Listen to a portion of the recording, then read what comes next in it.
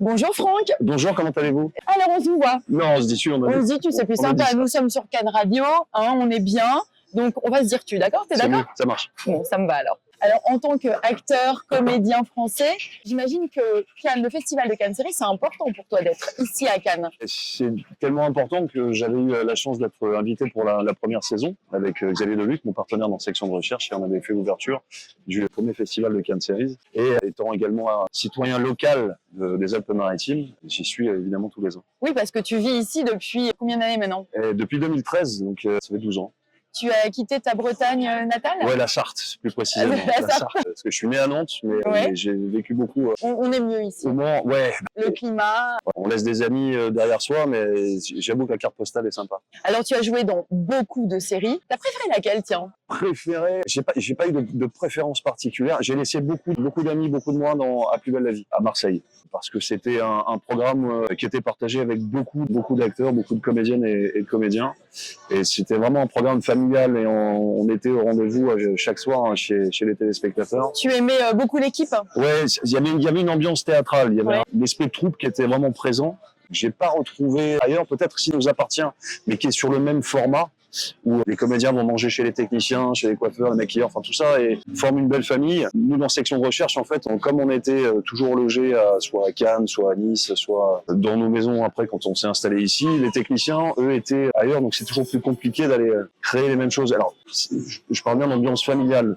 Oui, Plus belle la vie était vraiment très bien pour ça. J'imagine que vous passez énormément de temps ensemble, donc c'est presque une deuxième famille finalement pendant les temps de tournage. Oui, c'est complètement ça. On passe une dizaine d'heures par jour ensemble, donc on est obligé effectivement de ne pas avoir de problème de famille justement et d'avoir de bonnes relations ensemble. Alors dans tous les personnages que tu as incarnés, lequel te correspondait le plus? Tous en fait. Tu te sentais plus proche de quel? Commandant Nobu dans Plus belle la vie, ça marchait bien, mais tout comme Lucas Auriol dans Section de Recherche, en fait c'est deux phases de ma personnalité qui sont... Je vais te demander lesquelles forcément. À ce côté un peu chevalier, justicier...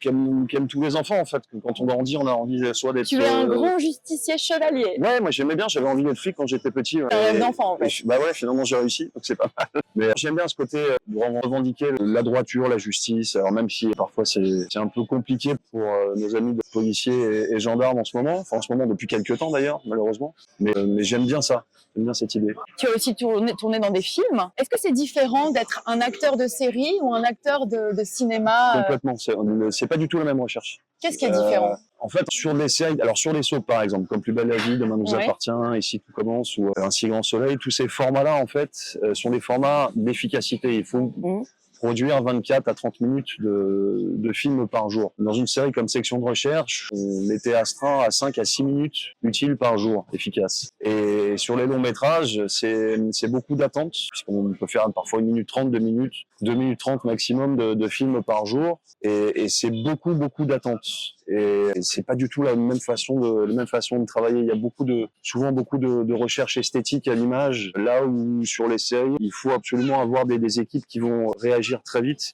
pour positionner les caméras. Les repérages sont assez essentiels. Même pour vous, pour l'apprentissage du texte, finalement, est-ce que ça va plus vite? On doit être plus réactif en série pour intégrer le texte? Absolument, parce qu'on a plus de texte à dire pendant la journée. Donc on a un travail de préparation en fait qui est beaucoup plus important sur les séries qu'au cinéma. Ce qui ne veut pas dire qu'il n'y a pas de travail important au cinéma, mais le temps de travail n'est pas du tout le même entre les séries et le cinéma.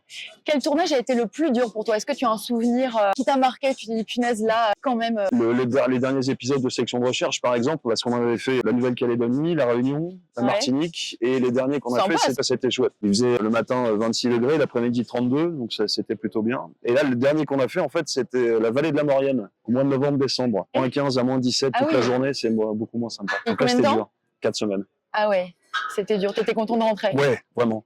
Vraiment. Mais est-ce que ça a été une réussite? Oui, les épisodes vont être fantastiques. On est dans un paysage très chaotique, très blanc, très sombre, parce que le soleil ne tombe pas dans la vallée. On avait chronométré, on a eu le soleil 27 minutes par jour dans la vallée. Le reste du temps, il est en haut des cimes. Donc ça crée une ambiance assez sombre qui correspond bien aux enquêtes policières qu'on va mener avec Xavier Deluc dans Section de Recherche. Alors tu es un hyperactif, on peut dire, je sais pas, en tout cas, tu t'es essayé en série, au cinéma, en téléfilm et maintenant le théâtre. Ah oui, alors ça c'est... Alors explique-moi un peu ce que c'est ce nouveau projet. En fait, j'ai commencé par le théâtre. J'ai fait 10 ans de théâtre pour une compagnie qui s'appelle Lactalia, qui était dirigée par Olivier Coinon. Et j'ai eu l'opportunité avec Robert Rossette, c'était assez folklorique, de participer au spectacle Bénure au Stade de France. Bénure, c'est les deux rôles principaux, évidemment. Il y a Bénure et il y a le Romain Messala. Donc j'avais fait le rôle du Romain et c'est comme ça que tout a commencé. Mais je suis d'abord issu du théâtre.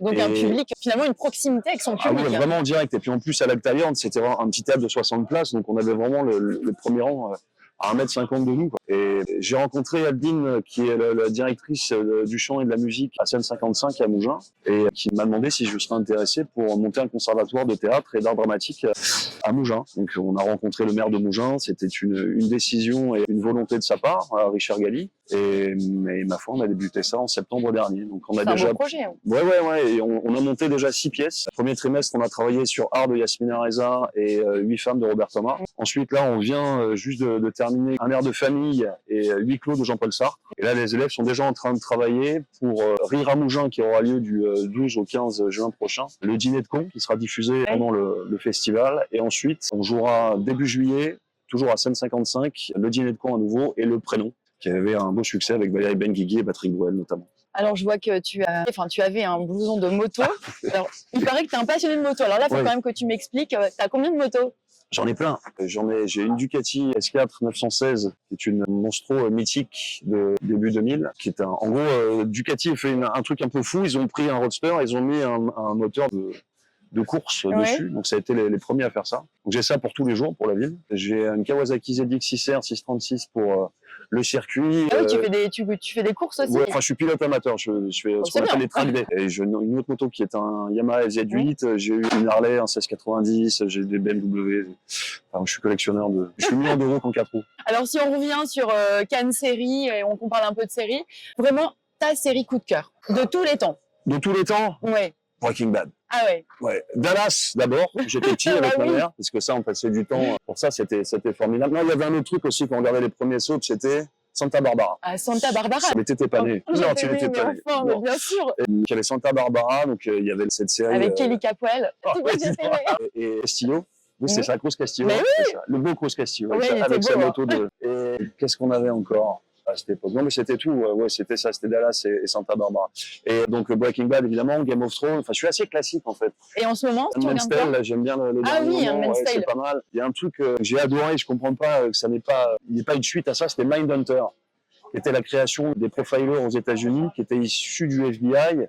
Il y a eu 2 saisons de cette série. Et ça s'est arrêté brutalement parce que visiblement il n'y a pas eu assez d'audience aux États-Unis. Et comme c'est le foyer de départ, ça n'a pas été diffusé plus que ça, mais ça c'était assez un regret. Alors puisqu'on est à Cannes, tu es d'ici maintenant. C'est quoi ton quartier préféré? À Cannes? Ouais. J'aime assez aller au Bisou Bisou.